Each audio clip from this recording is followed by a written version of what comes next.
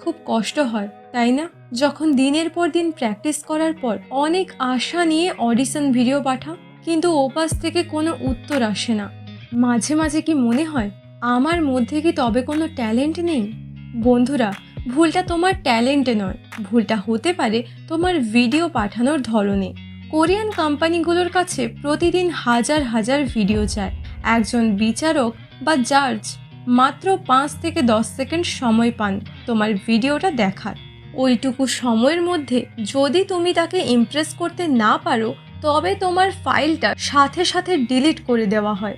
আজকের ভিডিওতে আমি তোমাদের এমন 3টি গোল্ডেন রুল শেখাবো, যা ফলো করলে হাজার হাজার ভিডিওর ভিড়ে জাজরা তোমার ভিডিওটা দেখতে বাধ্য হবে। বিশেষ করে 2 নম্বর টিপসটি তোমার ভিডিওর কোয়ালিটি মোবাইল দিয়েই প্রফেশনাল লেভেলে নিয়ে যাবে। তাই আজ কোনো কথা হবে না, আজ শুধু স্বপ্ন পূরণের প্রস্তুতি হবে। নমস্কার বন্ধুরা, আমি সাথী। আজকের ভিডিওতে আপনাদের সকলকে স্বাগত জানাই। তাহলে চলুন ভিডিও শুরু করা যাক। পয়েন্ট নাম্বার 1, প্রথমেই একটা সহজ প্রশ্ন করি তোমাকে। তুমি যদি কোনো পার্টিতে যাও, তবে কি তুমি জাঁকজমক হয়ে যাও না? অডিশন ভিডিওটাও ঠিক তেমন। অনেকজনকেই দেখি বিছানার ওপর বসে বা অগোছালো রুমের সামনে ভিডিও করো। এটা সব থেকে বড় ভুল। তাহলে কি করতে হবে? তোমার ব্যাকগ্রাউন্ডে যেন জামা কাপড় বা আসবাবপত্র না থাকে। একটা পরিষ্কার দেওয়াল খুঁজে নাও। কোনো দামি লাইট লাগবে না।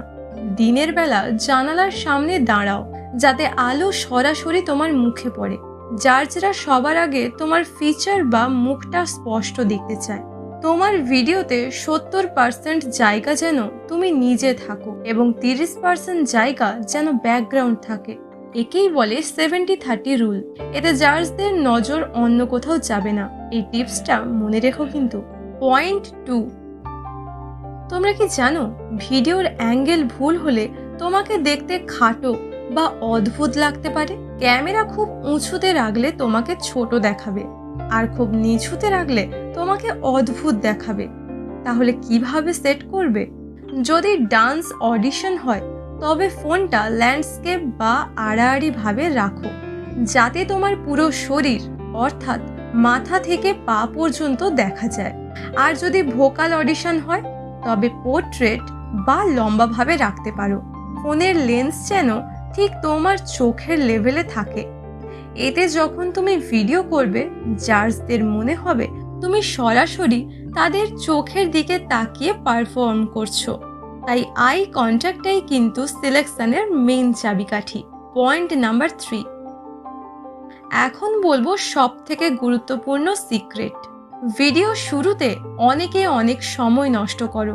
হ্যালো স্যার, আমার নাম অমুক, আমি এখান থেকে এসেছি। বিশ্বাস করো, জাজদের কাছে এটা শোনার সময় একদমই নেই। তোমাদের কিছু উইনিং ফর্মুলা দিয়ে শোনো। ভিডিও শুরু হওয়ার 5 সেকেন্ডের মধ্যে তোমার সব থেকে শক্তিশালী অংশটা দেখাও। তুমি যদি ভালো নাচো, তবে নাচের বেস্ট স্টেপটা দিয়ে ভিডিও শুরু করো। তুমি যদি ভালো গান গাও, তবে একদম হাই নোট দিয়ে শুরু করো। আমি তোমাদের কিছু অ্যাডভাইস দিই শোনো। তোমার ভিডিওতে যেন কোনো ফিল্টার না থাকে। ন্যাচারাল লুকটাই কিন্তু অডিশনের সব থেকে বেশি গুরুত্ব পায়। তোমার আসল সৌন্দর্যটাই তাদের দেখতে দাও। এই নিয়মগুলো মেনে যখন তুমি ভিডিও বানাবে, তখন তুমি অলরেডি বাকিদের থেকে অনেক এগিয়ে যাবে। সব নিয়ম মেনে তো ভিডিও বানালে, কিন্তু জাজরা যখন তোমার ভিডিওটা প্লে করবে, তখন তারা কি কেবল তোমার নাচ দেখবে? না, তারা দেখবে তোমার ভিজুয়াল। এখন তুমি হয়তো ভাবছো, দিদি আমার তো দামি ব্র্যান্ডের কাপড় নেই, দামি মেকআপ কিট নেই, আমি কিভাবে আইডলদের মতো গ্ল্যামারাস দেখাবো?